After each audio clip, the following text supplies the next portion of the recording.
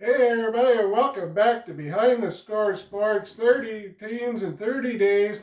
The last episode, it's opening day. I've got everything set up here, rooting on the Blue Jays at 1 o'clock. We finally have made it, and I can't tell you how excited I am. This is the day I've been waiting for a month, even more than that now. We finally made it. I've got some other stuff set up. I couldn't be happier about the way this is turning out, and I hope you all have enjoyed on the ride so far. I got wonderful things coming up. I got a couple things lined up that I'm very excited about. I hope you will be too. Um, yeah, things are really coming together, and like I said, I couldn't be happier. So, as you all know, the last team left to talk about is the Blue Jays. So, let's jump in and get started. Looking at the 2021 lineup for predictions, leading off, I have Bo Bichette, shortstop, batting right, 333 with a 404. This guy is stellar, great young kid. To have those numbers so early in his career is just amazing. I think he is definitely going to be able to keep it going. This is going to be a wonderful year for him. And definitely giving him that leadoff spot is a great way to kick in the start of the new season. And man, I can't wait to watch to see what he's going to produce this year. Next, I would normally have George Springer in this spot. As we all know, he's out with his injury there. He's going to start on the IL for 10 days. It's a bummer. This is actually his jersey that I've got on. I'm really looking forward to him getting back with the Jays. It shouldn't be very long. He might only miss a few games, but hopefully he comes back strong and healthy and can keep this team on a roll. But when he comes back, I definitely have him slotted in the second spot. Seeing he is going to be out, I'm really going to just move everybody up one spot for most of the lineup. Actually, take Marcus Semien that I had in seventh. I'm going to move him to the second spot. I think he'll definitely work well there. Middle infielder. Bats right, 271 with a 338. I think he'll complement Bichette well there at the beginning. Guy that can get around the bases, so that's going to work out there. Next in the lineup would be Lourdes Gurriel Jr. In the left field, batting right, 348 and a 400. Just like Bo Bichette, this guy can get on base. He hits well. He's come accustomed to left field. I think he's going to do very well there with a strong arm. They've had him testing out coming back to the infield. Unless there's a day off or somebody's out that he needs to come back to the infield, I definitely see him staying in left field. Next would be Teoscar Hernandez. I don't think there's really going to be any arguments here. This guy knows how to hit. He's bats right with a 292 and a 347. He does extremely well as well. His defense is a little bit behind everybody else, but this is a guy that's going to hit and hit a lot. So definitely see him doing well in the fourth spot. Behind him, I have Vladimir Guerrero Jr. This guy went in, lost tons of weight this offseason, was crushing the ball there in spring training. So I definitely do see that continuing into this season. Hopefully he can get more pop in his bat, more home runs going, get around those bases, and have a very stellar season there. This team, one of the pivot parts of this team is him having a good season, being able to come back. So definitely a great one there. Next I have Rowdy Tellez. This guy definitely showed last season that he has power in the bat. Can definitely hit. Have him down as the DH, batting left, 275 with a 331. Definitely numbers near the top of the team there. Hopefully he can carry in to this season what he did last season, but definitely showing well there. Now that I've moved Marcus Semien up, we'll move Randal Grichuk into 7th.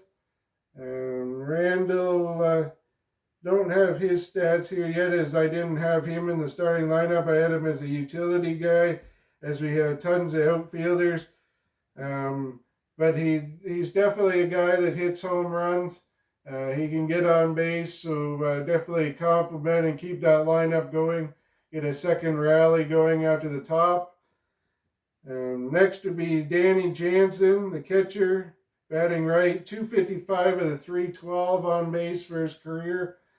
A little bit lower than the average in the on base, but a guy that definitely can hit. He has hit some home runs, so hopefully he can do well and keep the lineup going there. One surprise, but actually who I have next would be Cavan Biggio. A lot of people have said, why would you put Cavan at the bottom? Well, he bats left with a 227 and a 343. This guy hits well. We don't really have a spot at the top of the lineup. This team is pretty stacked when it comes to the lineup. So I'd like a real strong guy at the bottom that can get on base, get around the bases, and turn that lineup to the people at the top that can smash up there as well. So having that strong guy at the bottom, yeah, he won't get as many at-bats, but this is a guy that can definitely keep the rally going at the bottom of the lineup. As we move over to the pitching rotation, there's going to be a lot of changes here. As we know, Robbie Ray is on the IL there for his elbow. We know Nate Pearson's out. I'm not quite sure when he's coming back. So anyways, we have Hyun-Jin Ryu, which has been announced as the starter for tomorrow's game. He's going to get the nod there. Then after that, I would have Steven Matz move up to second where Nate Pearson was. And then I have Anthony Kay that would move up to the spot to cover Ray. Tanner Rourke would then move into fourth. And Ross Stripling would take over in the fifth spot. As I see, that's what we're going to roughly work with now until we get some guys back. Utility guys, Randal Grichuk, Joe Panik's going to be back. Jonathan Davis has made the team to start out. And another one to watch would be Santiago Espinal. So as we get done with that, we'll move into other storylines with the Blue Jays going into this season. We need another starting pitcher, especially at the top of the rotation. We're looking very weak in that spot now. Ray being out, Nate Pearson being out, which was supposed to be number 2 and 3, or at least in my opinion. So that's going to hurt for a little bit at the beginning of the season, but hopefully we can get them back real quick and get on a roll. I definitely see this team needing another starter, though. I was really counting on, hopefully, for Odorizzi. Would have been my first choice, but outside of that would have been Taijuan Walker and James Paxton. James Paxton, after signing in Seattle, came out and said that he never actually did receive an offer from the Jays. I was kind of bummed out in that situation, as I know we really did need another starter. As we go through the season here, maybe something will unfold itself. If not, definitely a position to look for next season.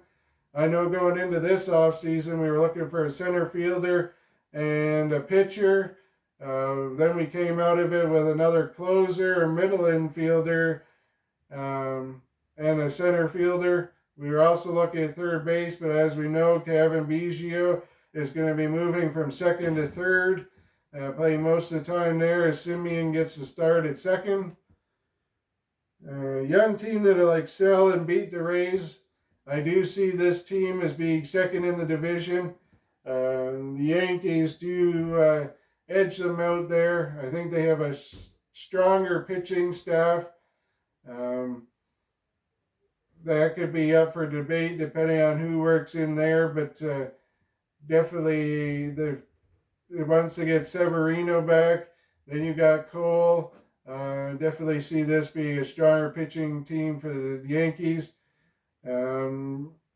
What it really will come down to is injury-wise. The Yankees have seemed to have a problem with that over the last few seasons. They actually got rid of their sports medicine team, some people from there, as things weren't really working out. So try to change their injury woes around. So we'll have to see how that works out, whether Stanton can stay healthy. Can Gary Sanchez get back to the way he was a few seasons ago? But it all remains to be seen as the season starts to unfold today. And talking about the Yankees, we actually have the Jays and the Yankees at 1 o'clock today. Will Vladdy play better after weight loss? I definitely see him playing better. He apologized for not showing up to camp. To me, I think that was a little bit on the ego side there. With all the hype going on, it kind of got to him there. So definitely he could only improve from where he's been now. So hopefully he gets him around the bases. He seems to be hitting better well, especially in the spring training. So hopefully that carries on over into the season. Anthony Kay to join the rotation. I definitely see Anthony Kay getting a start here. He definitely was pitching well there in the games that I seen him pitching. So I definitely think he'll get one of the early nods in absence of other pitchers. Didn't make Paxton an offer, as I mentioned. And one big surprise I mentioned earlier about you guys to stay tuned would be with the Cubs, with Bryant and Contreras. If you ask me, I think it would be a good trade for the Jays to make. I do see them needing an upgraded catcher or definitely having somebody with experience. Contreras has been to the playoffs. Bryant has been to the playoffs. They were also talking, some people are talking about Jays needing another infielder. Chris Bryant does play third. I think with them having kind of a down season, the Cubs may be possibly looking to move contracts depending on what happens this season. I think it's an opportunity that could present itself. We have a lot of prospects, so I definitely see a deal being able to get done there. Whether it does or not is a different story, but I think it would complement this team wonderfully, especially to get into the playoffs and beyond. Having that veteran presence, is especially champions, always gives a boost to the team. It shows that the team is willing to go all in to get to the playoffs, start challenging for that, which they have mentioned they've wanted to do. So I think that it's only up from here for the Blue Jays. I think expecting anything less would be a bust season, which they definitely do not want at this time. So I definitely see this team working around and trying to find ways to finish holes. So if I had to mention about trades to be done, I think we got a closer in Dolis. We got a couple guys back there. Get switch around in certain situations. We do, I see, especially Semien being on a 1-year deal, bringing in Bryant and Contreras would fix that. Bryant could be at third, then moving Biggio back to second. I definitely think everybody would receive that very well. And we get our veteran catcher and a guy that's won in Contreras to work alongside Jansen, and probably in a platoon role there back and forth. But that's, to me, that definitely is something to explore there. We got our center fielder. We got our fielders in place. If we make the trade, that basically cements our infield for quite a few years if a deal gets done with Bryant and Contreras. And then our pitching staff, then all we'd be looking for is to boost our pitching staff next off season, which can be done. There's going to be quite a few pitchers available, some very high profile ones as long as they don't sign with their respective clubs. So there's definitely opportunities coming. It's something the Blue Jays need to keep their fingers on and definitely keep up with. We do need that pitcher or two to definitely put ourselves into that top echelon.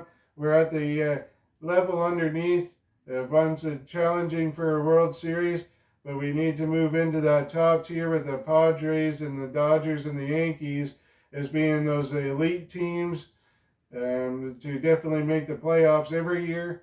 And if this team keeps on the course that it is, if not this season, definitely next season should be a blowout one. And if we don't make it definitely to the conference playoff round next year, that definitely will be a bust season. So hopefully for Mark Shapiro and Ross Atkins, they get their deals done and can get this team the extra pieces it needs. We're very, very close. Like I said, getting a catcher, third baseman, loading up the pitching staff, and basically Bob's your uncle after that. But so anyways, that's it for this episode. Like I said, it's opening day today. I couldn't be happier. I hope you all are set and ready. I know a lot of my friends are excited to get the season started. Yeah, enjoy your day. 1 p.m. going to be on Facebook covering the Blue Jays Yankees game. On YouTube at 7 o'clock, I'll be covering the game at 7 on there. It's going to be a day full of baseball actions. All teams are in action tomorrow. Fans in the stands. We're finally getting back to looking like normal baseball again. And have a great day. Enjoy your day. Come have fun. Bring all your baseball questions and your opinions. It's all welcome here. I love the fan interaction, so love to get that up and going as well with people commenting. But like I said, come enjoy the day. Fun day. We're all going to be here. And just remember, it's not always what happens in these games. There's a lot that goes on behind the score.